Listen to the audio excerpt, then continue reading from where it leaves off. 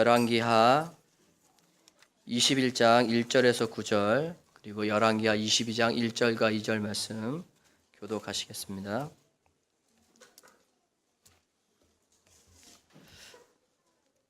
제가 한 절 읽고 여러분들이 또 그 다음 절 읽어주시기 바랍니다. 므낫세가 왕이 될 때에 나이가 12세라 예루살렘에서 55년간 다스리니라. 그의 어머니의 이름은 헵시바더라.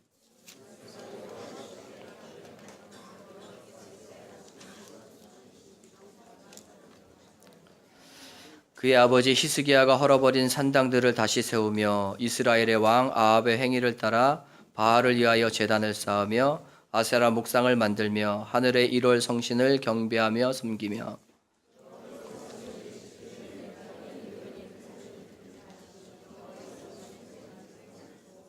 또 여호와의 성전 두 마당에 하늘의 1월 성신을 위하여 제단들을 쌓고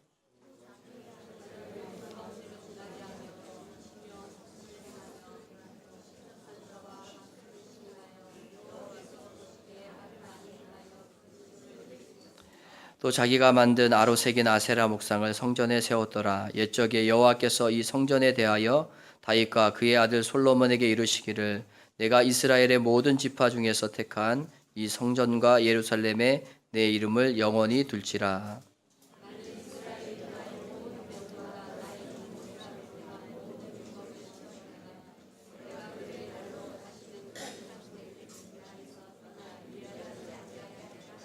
다 함께 읽겠습니다. 이 백성이 듣지 아니하였고 므낫세의 깸을 받고 악을 행한 것이 여호와께서 이스라엘 자손 앞에서 멸하신 여러 민족보다 더 심하였더라. 22장 1절과 2절 다 함께 또 읽겠습니다. 요시야가 왕위에 오를 때에 나이가 8세라 예루살렘에서 31년간 다스리니라. 그의 어머니의 이름은 여디다요 보스갓 아다의 딸이더라. 요시야가 여호와 보시기에 정직히 행하여 그의 조상 다윗의 모든 길로 행하고 좌우로 치우치지 아니하였더라. 아멘. 가정 예배로 우리 함께 예배드리는데 우리 서로 인사하겠습니다. 잘 오셨습니다. 네, 재건 따라하기라는 제목으로 우리 목사님 담임 목사님께서 귀한 말씀 전해 주시겠습니다. 오늘 추석 명절과 겹치는 예배입니다. 그래서 이미 고향으로 떠나신다고 예배에 참석하지 못한 분들도 계시고 또 고향을 방문해서 또 저희 교회 오신 우리 가족들도 계실 텐데 환영하고 축복합니다. 요즘 많은 걸 생각하고 있습니다. 생각할 시간이 많아요. 그 가운데 우리 성도님들하고 꼭 같이 또 나눠야 되겠다는 그런 말씀을 정리한 것이 오늘 본문입니다. 한번 삶을 생각해 봤어요. 나는 지금까지 뭘 하고 왔고 그리고 나는 지금 뭘 하고 있고 앞으로는 뭘 하고 살아야 될까? 이런저런 고민하는 가운데 성경을 읽으면서 매우 단순한 원리를 하나 발견했습니다. 우리의 삶에는 새 것이 없다는 것입니다. 우리는 최초로 뭔가를 해낼 수 있는 사람이 아닙니다. 왜냐하면 헤아릴 수 없는 수많은 사람들이 제한된 똑같은 환경 가운데서 비록 시대는 틀리지만 똑같은 환경 가운데서 조건 가운데서 살다가 갔기 때문에 더 이상 새 것이 나올 수가 없다는 것이죠. 그러면 결국 우리는 뭘 하고 있는 것인가? 이미 많은 연구를 한 학자들이 말한 것처럼 역사는 뭐 된대요, 여러분? 반복된대요.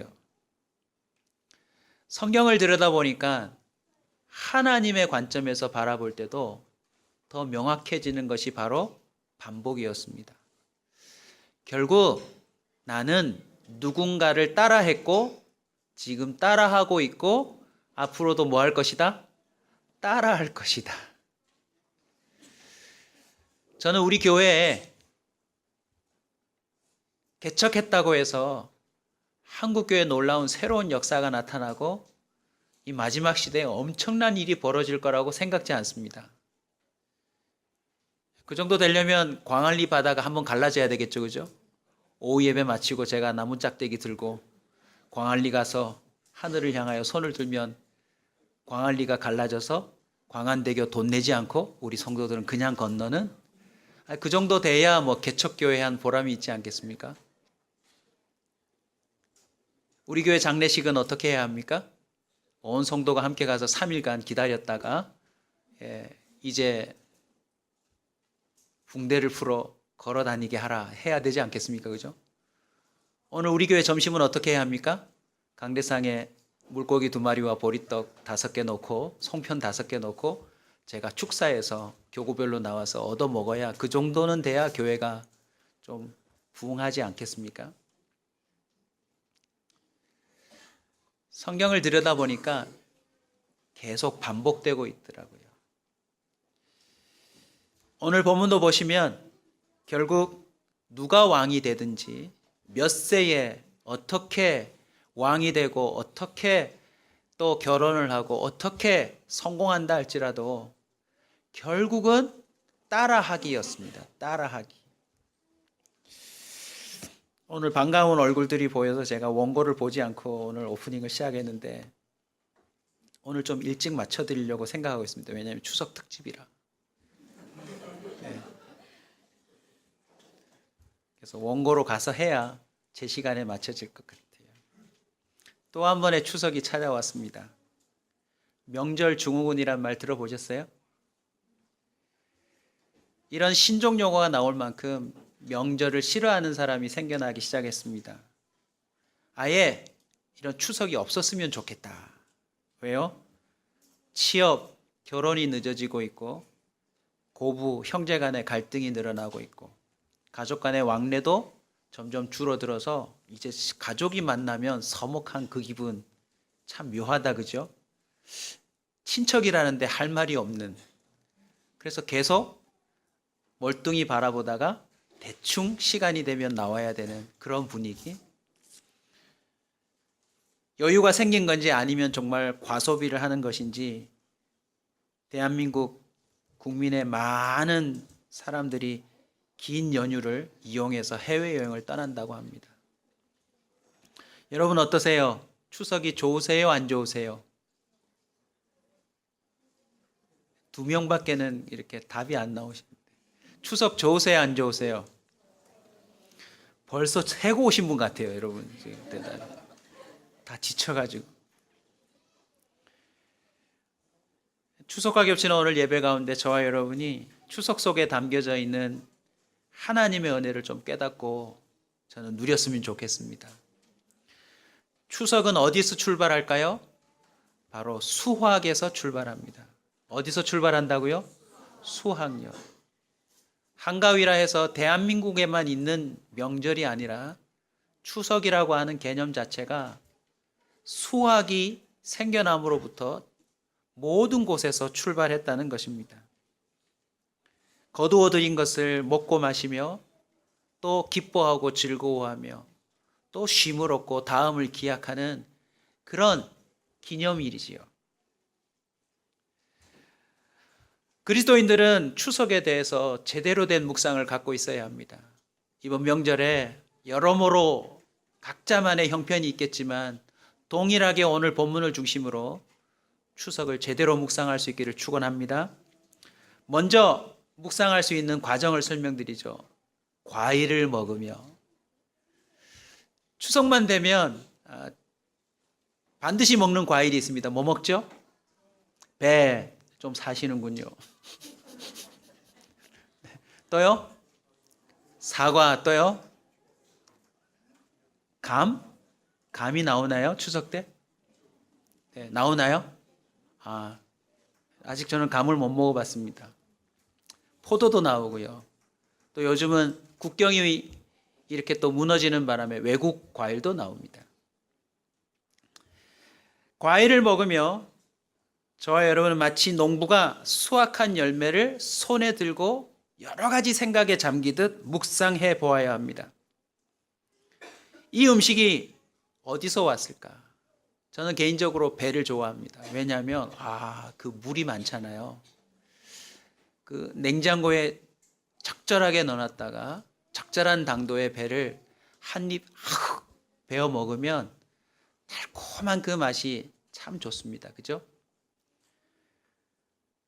사과는 어떻습니까? 아삭아삭, 그 상큼함. 벌써 입에 군침이 돌지 않으세요? 사실은 이 과일들을 좀 여기 다 쌓아놓고 제가 먹어가면서 설교하려고 그랬는데, 포도의 알알이 터지는 행복함을 여러분 알고 계시죠?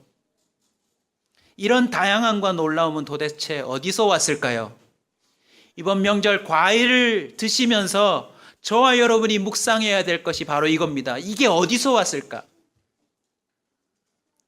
사실 추석은 농경사회와 직결되어 있습니다. 심고 가꾸고 거두어서 드러난 기적과도 같은 그 열매를 끌어안고 기념하는 날이 바로 추석 아닙니까?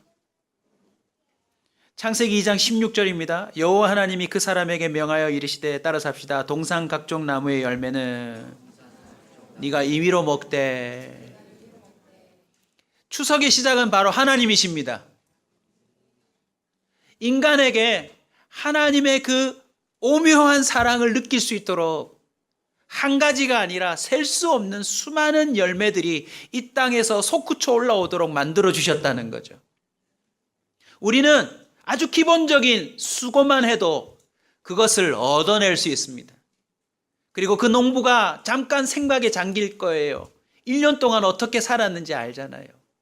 근데 그 알알이 맺혀져 있는 그 실과들을 가슴에 품고 하나님을 모르는 자들마저도 이것은 어디론부터 왔다라고 기념하고 또 감사하고 즐거워하지 않습니까? 창세기 3장 17절은 더욱 명확하게 말합니다. 아담에게 이르시되 네가 네 아내의 말을 듣고 내가 내게 먹지 말라 한 나무의 열매를 먹었은즉 땅은 너로 말미암아 저주를 받고 너는 내 평생에 수고하여 그 소산을 먹으리라. 추석이 더더욱 감사하게 다가오는 의미가 무엇입니까? 우리가 타락함으로 말미암아 열매를 얻기가 훨씬 더 어려워졌어요. 그래서 열매가 내 손에, 내 입에, 내 몸속에 들어올 때 우리는 하나님을 더더욱 간절히 기억하고 기념해야 될 줄로 믿습니다. 출애굽기 23장 10절로 13절까지는 이렇게 말합니다. 6해 동안은 너의 땅에 파종하여 그 소산을 거두고 7째 해에는 갈지 말고 묵혀두어서 내 백성의 가난한 자들이 먹게 하라. 그 남은 것은 들짐승이 먹으리라. 내 포도원과 감람원도 그리할지라. 너는 6해 동안에 내 일을 하고 7째 날에는 쉬라. 내 소가 나이가 쉴 것이며 요정의 자식과 나그네가 숨을 돌리리라.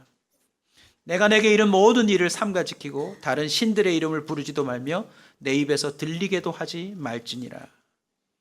추석이 없어졌으면 하는 이들도 생겨나고 있다지만 추석은 사라지지 않을 겁니다. 하나님께서 사람을 먹이시는 그 수확이 계속되는 한 말입니다. 아무리 돈이 좋고 신기한 기술과 물건들이 개발되어도 땅에서 바다에서 열매와 물고기가 나지 않는다면 저와 여러분의 삶은 불가능한 것입니다. 2018년 1월부터 다시 시작해서 이 땅 가운데 사람이 이토록 세상을 망쳐놓았건만 여전히 달콤하고 상큼하고 행복감까지 안겨주는 열매들이 우리의 이 추석 가운데 먹을 수 있다는 것이 하나님의 신실함 덕분이라고 하는 사실들을 깨달을 수 있기를 주님 축원합니다. 욥기 38장 하나님이 직접 욥에게 말씀하시죠. 한번 따라서 같이 한번 하면 좋겠습니다. 누가 사람 없는 땅에 사람 없는 광야에 비를 내리며 황무하고 황폐한 토지를 흡족하게 하여 연한 풀이 돋아나게 하였느냐. 얼마 전에 저희 집사람과 함께 병원을 갔다가 점심 먹을 곳이 마땅하지 않아서 그냥 대충 들어갔는데 샤브샤브 집을 들어갔습니다. 그런데 샤브샤브 집에 야채가 없어졌어요. 샤브샤브 집 하면 뭐가 많아야 합니까? 야채가 많아야 되는데 야채가 없어요. 이유가 뭘까요? 올해 야채가 너무 비싸대요. 깻잎도 비싸고요. 상추도 비싸고요. 너무너무 비싸서 샤브샤브 집에 야채가 없는 거예요. 작은 것처럼 보여도요, 하나님의 신실함이 아니곤 우리는 이 땅에서 나는 수확을 맛볼 수조차도 없다는 사실을 기억해야 합니다.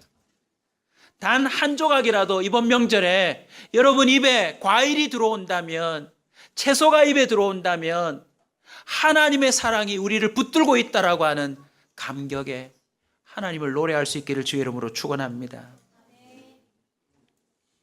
이 땅 가운데 생명을 유지하도록 여전히 은혜를 베풀고 계시는 하나님을 생각하며 저와 여러분은 특별히 감격하는 명절 될 수 있기를 주의 이름으로 축원합니다.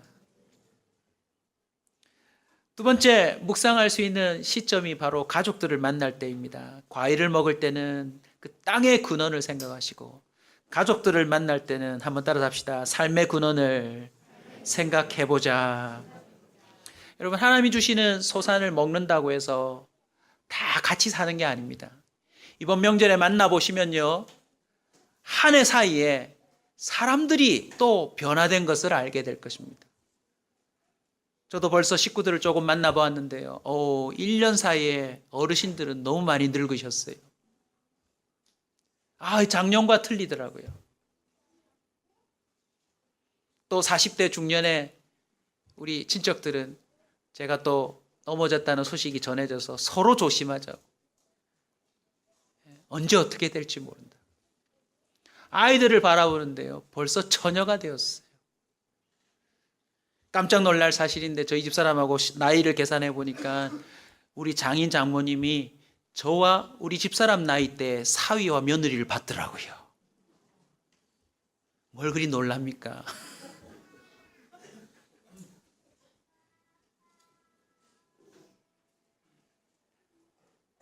한 해가 지나 또 추석이 왔을 때 저와 여러분이 놓치지 말아야 될 게, 그 땅 속에서 올라오는 열매보다도 그 열매를 먹이고 입히시는 사람의 변화의 중심을 놓치지 말아야 합니다.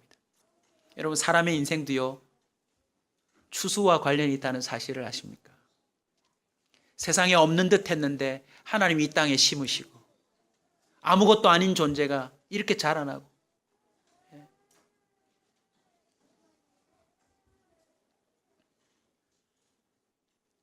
어린 싹과 같이 연약해 보이던 아이들이 어느새 성인이 되어서 삶의 열매를 맺고 있더라고요. 열매를. 들고 오는 열매도 또 평가의 대상이지만 더 중요한 것은 그 사람이 한 해 동안 어떻게 성장했는지 또한 저와 여러분이 놓치지 말아야 될 묵상거리입니다. 저와 여러분은요, 하나님이 이 땅에 심으신 사람들입니다. 아멘. 그래서 저와 여러분의 삶들을 들여다보면서 우리는 또다시 한번 하나님과 우리의 삶을 연결지어야 합니다. 시편 37편 37절입니다. 온전한 사람을 살피고 정직한 자를 볼지어다. 모든 화평한 자의 미래는 평안이로다. 잠언 6장 6절입니다. 게으른 자여 개미에게 가서 그가 하는 것을 보고 지혜를 얻으라. 개미는 두령도 없고 감독자도 없고 통치자도 없으되 먹을 것을 여름 동안에 예비하며 추수 때에 양식을 모으느니라. 자, 핵가족화된 이 시대에서 추석 명절에 꽤 많은 식구가 모입니다. 모여보면요, 똑같은 어머니 배에서 나왔는데 한 해 동안 다른 삶을 살다가 만나요. 그리고 해가 지나면 지날수록 점점 그 차이는 많아지고 깊어지고 더 다양해집니다. 우리는 가족들을 대면할 때 서로가 삶에서 무엇을 얻고 있는지를 주목해 보아야 합니다. 형님처럼 살 때, 동생처럼 살 때, 누나처럼 살 때, 이모부처럼 살 때, 고모부처럼 살 때, 아버지처럼 살 때, 어머님처럼 살 때 어떻게 삶에서 열매를 얻고 있는지 우리는 주목해야 한다는 것입니다. 갈라디아서 6장 7절 한번 따라서 합시다. 스스로 속이지 말라. 하나님은 업신여김을 받지 아니하시나니 사람이 무엇으로 심든지 그대로 거두리라. 6장 8절도 합시다. 자기의 육체를 위하여 심는 자는 육체로부터 썩을 것을 거두고 성령을 위하여 심는 자는 성령으로부터 영생을 거두리라. 단순하게 줄여서 말하면요, 함께 과일을 먹으며 하나님 생각함과 동시에 유심히 서로를 좀 보세요. 그가 지금 어떻게 성장했고 그가 무엇을 열매로 맺고 살아가는지를 보란 말입니다. 단순히 직업이 좋고 회사가 좋고 또 나름 자신이 살아가는 환경이 좋고 이런 거 말고요. 그 사람 자체를 볼 수 있는 눈이 있기를 축원합니다. 이제 오늘 본문으로 가서 정리하고 마무리하려고 합니다. 오늘 본문을 보시면요. 족보가 나와요. 우리가 살아보지 못한 그 삶의 영역대까지도 다 보여주는데 매우 파급 효과가 큽니다. 두 사람이 나와요. 첫 번째 누가 나옵니까? 므낫세가 나와요. 두 번째는요, 요시야가 나옵니다. 그리고 나중에 추석 명절에 좀 관심 있게 보십시오. 요시야의 아들을 보십시오. 또 그 아들의 그 아들을 보십시오. 그들도 모여서 족보를 볼 것 아닙니까? 그들도 나름 모여서 먹고 마시며 자신의 삶의 이야기들을 들여다보면 결국 가정 이야기고 확대하면 국가의 이야기 아닙니까?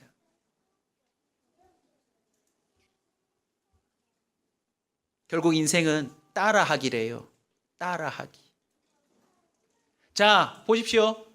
지금도 저와 여러분이 정말 맛있는 배 한 입을 먹고 야, 이 배는 도대체 어디서 경작을 한 것일까 하고는 모든 걸 적고 그 사람에게 가서 그 사람이 하는 대로 따라하면 우리도 그 배를 얻을 수 있나요, 없나요? 있습니다, 여러분. 이유가 뭔지 아세요? 땅은 정직하니까요. 그 사람이 하면 되고 내가 하면 안 되는 그게 아니라 지금도 여전히 하나님은 신실하게 하나님이 우리에게 주신 원리를 따라 그대로만 하면 하나님은 신실하게 우리에게 응답하시는 분인 줄 믿으시기 바랍니다. 므낫세와 요시야를 비교하면서 마무리하겠습니다. 결국 하나님은 이 두 왕뿐만 아니라 그 수많은 왕들과 또 이 시대의 사람들에게 나름 기준을 갖고 계시더라고요. 무슨 기준이죠? 누구를 따라했느냐. 이스라엘 역사에서는 두 사람이 등장합니다. 여로보암과 다윗입니다. 여로보암과 다윗요. 여로보암은 악의 축으로, 다윗은 하나님을 믿고 따르는 선의 축으로 세워두시고, 신기하게도 모든 왕들이 등장할 때마다 여로보암을 따라했느냐 다윗을 따라했느냐 묻더라고요. 므낫세를 한번 볼까요? 므낫세의 아버지가 누굽니까? 히스기야입니다. 누구라고요? 기억합시다. 히스기야는 선한 왕입니까? 선하지 못한 왕입니까? 선한 왕입니다. 그가 누구를 따라했을까요? 나름 다윗을 따라했대요. 근데 므낫세의 평가가 어떻습니까? 자, 2절 보십시다. 므낫세가 여호와 보시기에 악을 행하여 여호와께서 이스라엘 자손 앞에서 쫓아내신 이방 사람들의 가증한 일을 뭐 해서요? 따라서. 3절도 같이 읽읍시다. 그의 아버지 히스기야가 헐어버린 산당들을 다시 세우고 이스라엘의 왕 아합의 행위를 따르고. 하나님은 여로보암을 중심으로 해서 그 여로보암을 따랐던 사람들도 기준으로 역시 쓰고 계세요. 자, 오늘 추석을 맞이해서 저와 여러분에게 설교라기보다 함께 묵상합시다라고 하는 도전입니다. 저와 여러분은 지금 누구를 따라하고 있는지 점검해 보세요. 첫 번째 기준입니다. 여호와 보시기에.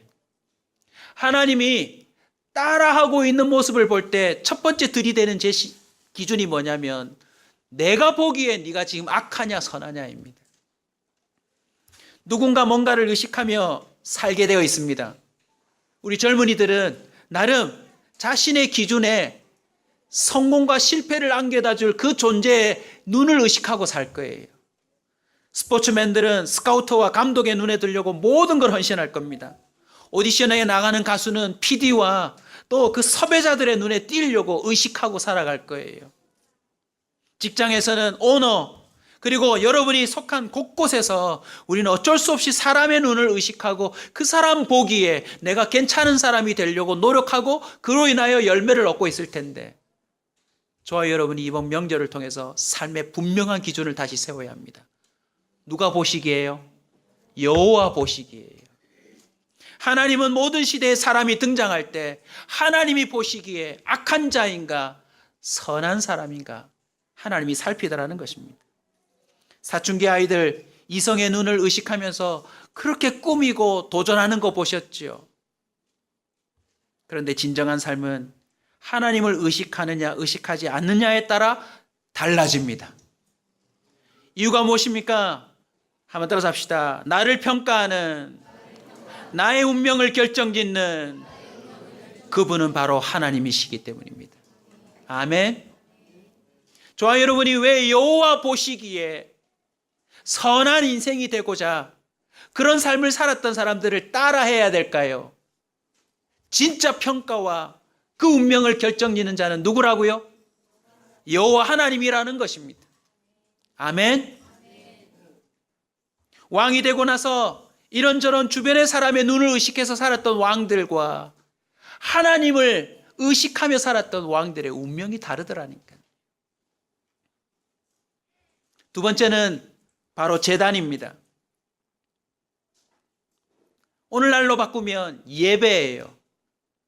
자, 왕이 되자마자 내가 어떤 제단을 채택하느냐에 따라 그 사람과 그 나라의 국가가 운명이 달라져요. 저는 우리 교회 안에 적어도 이런 도전이 있기를 바랍니다. 성경에서 가장 예배를 잘 드리는 사람을 좀 따라했으면 좋겠어요. 아멘. 제가 솔직히 말씀드리지만 저를 비롯해서 우리 교회 성도들 아직 예배가 많이 무너져 있어요. 이번에 김정은 그 위원장의 그 집무실을 공개했는데 보셨죠? 나름 성경으로 치면 거기가 지성소 아닙니까?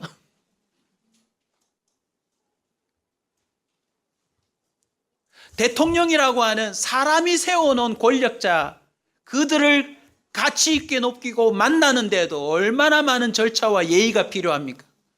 근데 우리는요, 하나님의 사랑을 빙자해서 너무 함부로 예배하는 것 같아요.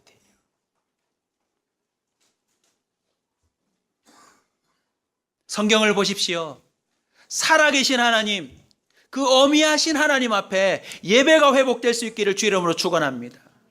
하나 따라하지 말아야 될 걸 찾아내자면 므낫세와 그 많은 왕들이 했던 일이 뭐냐면 산당에서 예배를 드렸대요. 무슨 뜻이냐면 시집가는 여자가, 장가가는 남자가 이전의 관계를 정리하지 않았다는 뜻이에요. 하나님을 섬길 거면 오직 하나님께만 예배를 해야 하는데 하나님께 예배한다고 하면서도 또 다른 산당을 만들어 놓고 또 다른 빠져나갈 구멍들을 찾아놓고 있더라는 것입니다. 여러분, 예배를 드릴 거면 온전히 드리십시오. 아멘. 새신자나 예배에 대해서 모르는 사람은 익스큐즈가 되지만 하나님을 아는 저와 여러분은요, 예배하다가 나가시면 안 돼요. 이제 10월이 되면 제가 좀 더 저와 여러분이 도전하기를 원하는데 아이들도 놀면 안 돼요, 여러분. 좀 옆에 딱 앉으셔가지고 예배가 뭔지를 보여주셔야 돼요. 아멘. 아이들이라 실수하고 이런 건 괜찮아요. 하지만 예배에 대한 의식이 흐트러져서는 안 됩니다. 모든 사람, 모든 인생은 어디서 결판이 나는 줄 아세요? 하나님께 내가 얼마만큼 가치를 두고 하나님께 얼만큼 내 마음과 몸을 드리고 살아가느냐에 따라서 인생의 열매가 달라집니다. 그것은 매년 추석 때마다 달라질 거예요. 한 해 동안 하나님이 주신 그 자연의 원리뿐만 아니라 신앙의 원리, 삶의 원리, 그 모든 원리를 의식하고 하나님께 가치를 두고 살아가는 자와 그렇지 않은 자의 삶의 열매는 틀릴 겁니다. 하나님은 지금도 요한복음 4장 23절에 참되게 예배하는 자들을 찾으신대요. 온전한 예배가 아닌 양다리 신앙을 가진 자들이 꽤 많아요. 이스라엘 나라부터 시작하여서 지금에도 마찬가지입니다. 목사들 중에도 있고요. 하나님을 믿는다면서 필요에 따라 다른 것도 믿는 것. 마태복음 6장 24절에 예수님이 직접 오셔서 이렇게 말씀하셨습니다. 한 사람이 두 주인을 섬기지 못할 것이니 호기를 미워하고 저를 사랑하거나 호기를 중히 여기고 저를 경임이라. 너희가 하나님과 재물을 겸하여 섬기지 못하느니라. 요시야는 어떻게 합니까? 제가 한번 고민해 봤어요. 12살에 왕이 되고 8살에 왕이 됐다. 어려서 왕이 되어서 그 옆에 있는 사람들에게 많은 영향을 받았겠구나 생각했다가 요시야를 보니까 또 틀린 거예요. 요시야는 므낫세보다 더 어린 나이에 왕이 되었는데 그는 뭐라고 평가하고 있습니까? 여호와 보시기에 정직히 행하여, 할렐루야, 다른 건 따라 못해도 하나님이 나를 보고 계신다. 아멘. 완벽하자는 말이 아닙니다, 여러분. CCTV에 걸려도 부끄러울 게 많은데 여호와 보시는 눈에 걸리면 우리 다 죽죠. 안 그러겠어요, 여러분? 우리 오랜만에 그 인사 한 번만 합시다. 추석인데 옆 사람에게 인사합시다. 메리 추석 하신 다음에 나는 당신이 지난 여름에 한 일을 알고 있습니다. 한 번만 인사합시다. 네.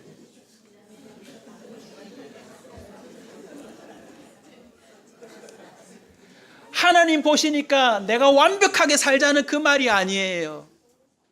하나님 눈앞에 자신의 연약함을 고백하고 하나님을 경외한다는 게 두려워하는 그 마음만 있는 것이 아니라 하나님이 내 창조주요, 하나님이 나를 건지실 수 있는 분이요, 저 사장인에게 월급을 줘서 우리 가족이 살 수 있다면 창조주 하나님이 이 세상을 다 가꾸어서라도 나를 먹이고 입힐 수 있다는 그 의식을 갖는 그런 의미도 있다는 것을 놓치지 않았으면 좋겠어요. 하나님은 예배하는 자를 기뻐하세요. 왜요? 하나님은 진짜 가치가 있는 분이시니까요. 하나님뿐이라고 말하는 사람에게 대하여 하나님은 어떻게 대하실까요? 하나님은 자신의 독생자까지도 바쳐서라도 그 사람을 책임집니다. 저는 우리 교회가 예배를 회복하는 따라하기가 있었으면 좋겠습니다. 요시야가 어떻게 합니까? 8살에 왕이 되고 18째 해라고 했으니까 26살 때예요. 26살 성전을 수리합니다. 율법책을 찾아내고 그것을 읽으면서 옷을 찢고 모든 백성이 하나님 앞에 나와서 우리가 이렇게 된 이유는, 좀 재밌게 표현하면 명절날 모여서 우리 집안이 이렇게 망한 이유는 조상들이 하나님이 우리에게 이미 약속하셨던 내용들 그거 따라만 하면 되는데 그것마저도 따라하지 않아서 그렇다. 우리 다시 한번 하나님과 언약을 맺고 하나님과 더불어 살아가자라고 체결식을 합니다. 세 번째 기준은 하나님 말씀대로 순종하느냐 거부하느냐입니다. 여러분, 하나님의 존재를 의식하고 예배하는 자가 어떻게 살아야 하는지 따라서 합시다. 사례가 다 나와 있다. 그게 바로 66권 성경입니다. 자, 아주 단순하게 마무리하려고 합니다. 저와 여러분은 따라쟁이가 되면 됩니다. 기도도요, 성경에서 정말 기도해서 응답받은 사람처럼 한번 기도해 보십시다. 아멘. 아멘. 양심상 제가 하나 고백합니다. 저는 얼마나 식사 기도를 많이 했겠습니까? 근데 지금도요, 어릴 때 습관이 남아있더라고요. 기도할 때 젓가락을 들고 기도해요. 제가요, 아니 나도 모르게 두 손 딱 모으고 아버지 이 음식 주신 거 감사합니다. 음식을 먹으며 또 이 함께 모이는 관계며 이렇게 좀 생각하면 되는데 벌써 젓가락을 들고 기도하고 있어요.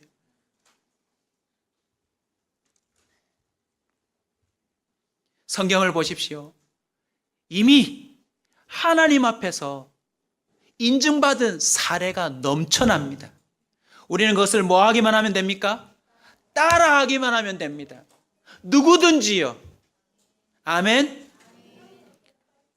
죽은 자도, 세상이 말하는 호로 자식도, 끝장난 꼴통 같은 인생도 하나님의 언약의 말씀 안에 들어와 그 말씀대로 따라하기만 하면 하나님은 그를 신실하게 책임져 주시더라는 것입니다.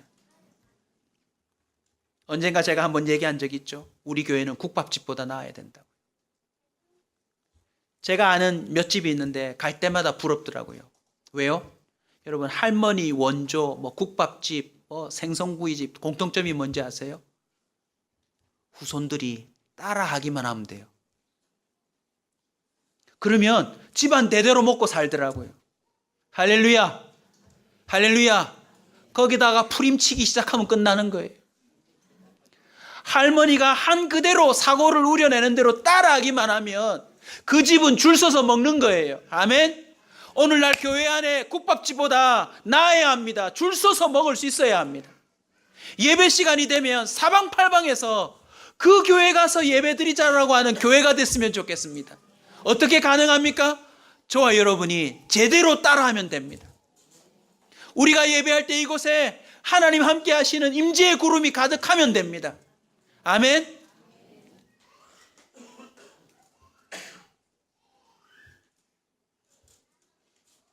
말씀을 맺습니다. 저와 여러분이 온전한 사람이 되기 위해서 노력하면 될까요, 안 될까요? 될까요, 안 될까요? 옆 사람한테 얘기합시다. 호박에 줄 끊는다 수박 되나 이렇게.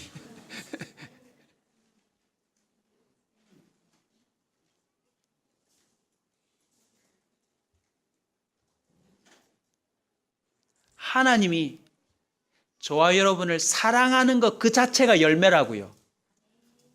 근데 그 열매를 깨닫지 못하니까 자꾸 세상에서 비교해서 조금 나를 기쁘게 만드는 뭔가를 수확해 보려고 딴짓을 하고 살더라는 것입니다. 저는 벌써 한 달째 아무것도 못하고 있어요. 책을 한 30분 읽으면 한 며칠 밤샘한 것처럼 피곤하고요. 야, 이제 나 못하겠다. 아무것도 못하겠다. 그런데 제가 아무것도 못하는 그 사이에 제 인생에 가장 풍성한 열매가 있다는 거 아세요? 뭐가 많이 들어왔다는 게 아니고요.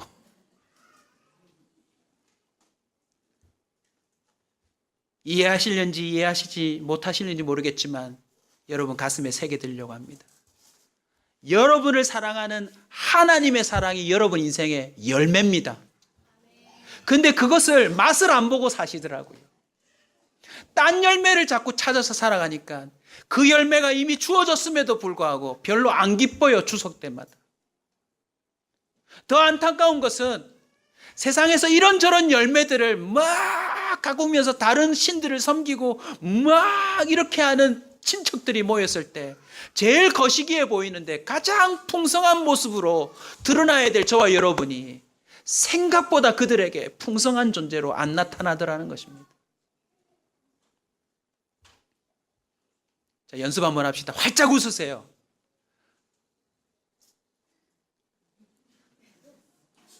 썩소 말고요. 외양간에 소가 없어도, 내 인생에 열매가 없어도, 아직 취직을 못했어도, 뭔가 실패가 있어도 하나님이 당신을 사랑하신다니까요. 그 말이 무슨 말인지 아직 모르시죠? 조금만 더 힌트를 더 드리고 마칠게요. 여러분은 망하지 않는다는 뜻이에요.